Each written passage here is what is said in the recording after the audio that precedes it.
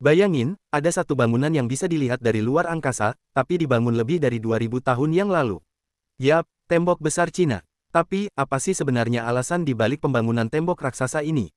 Dan kok bisa Kaisar Qin Shi Huang yang ambisius banget memutuskan untuk bikin proyek segila ini?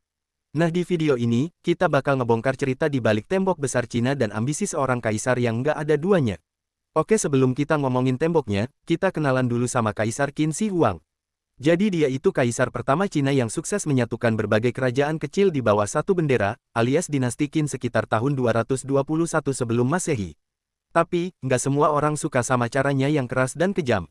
Fun fact, dia bahkan dikenal suka membakar buku-buku dan mengubur hidup-hidup cendekiawan yang nggak setuju sama dia. Serem banget ya. Dan setelah berhasil menyatukan Cina, dia sadar, Cina yang baru ini tuh nggak aman-aman banget.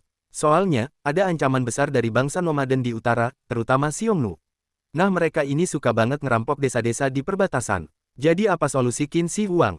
Bikin tembok raksasa. Sebenarnya, tembok ini bukan murni ide baru loh. Sebelum Qin Shi Huang, kerajaan-kerajaan kecil di Cina udah pernah bikin tembok di daerah mereka masing-masing. Tapi Qin Shi Huang punya ide gila, gimana kalau semua tembok ini kita sambung jadi satu? Dan kita bikin yang lebih gede lagi. Ya udah, dimulailah proyek super ambisius ini. Proyek ini tuh kayak Avengers Endgame-nya masa itu. Bayangin, jutaan pekerja, termasuk tentara, petani, bahkan tahanan, dipaksa kerja rodi siang malam buat bangun tembok yang panjangnya lebih dari 20.000 km. Hah, gila nggak tuh? Tapi tragisnya banyak dari mereka yang meninggal selama proses pembangunan karena kondisi kerja yang berat banget. Jadi, apa tembok ini berhasil? Sebenarnya, nggak sepenuhnya. Bangsa Xiongnu tetap bisa ngelewatin tembok ini dengan cara-cara yang kreatif. Tapi tembok ini berhasil jadi simbol kekuatan Cina dan bikin musuh mikir dua kali sebelum menyerang.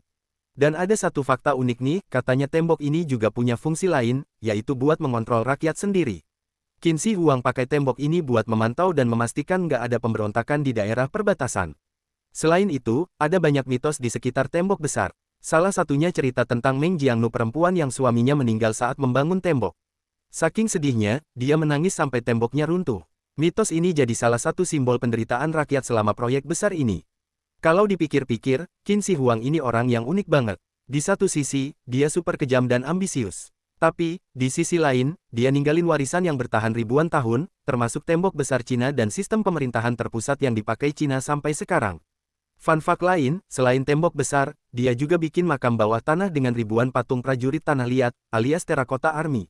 Gila banget ya ambisinya. Jadi guys, itu tadi cerita tentang Qin Shi Huang dan tembok besar Cina. Gimana menurut kalian? Apakah tembok ini lebih banyak manfaatnya atau malah lebih banyak korban jiwa sia-sia? Tulis pendapat kalian di kolom komentar ya. Jangan lupa subscribe, like video ini dan bagikan ke teman-teman yang suka sejarah. Sampai jumpa di video berikutnya.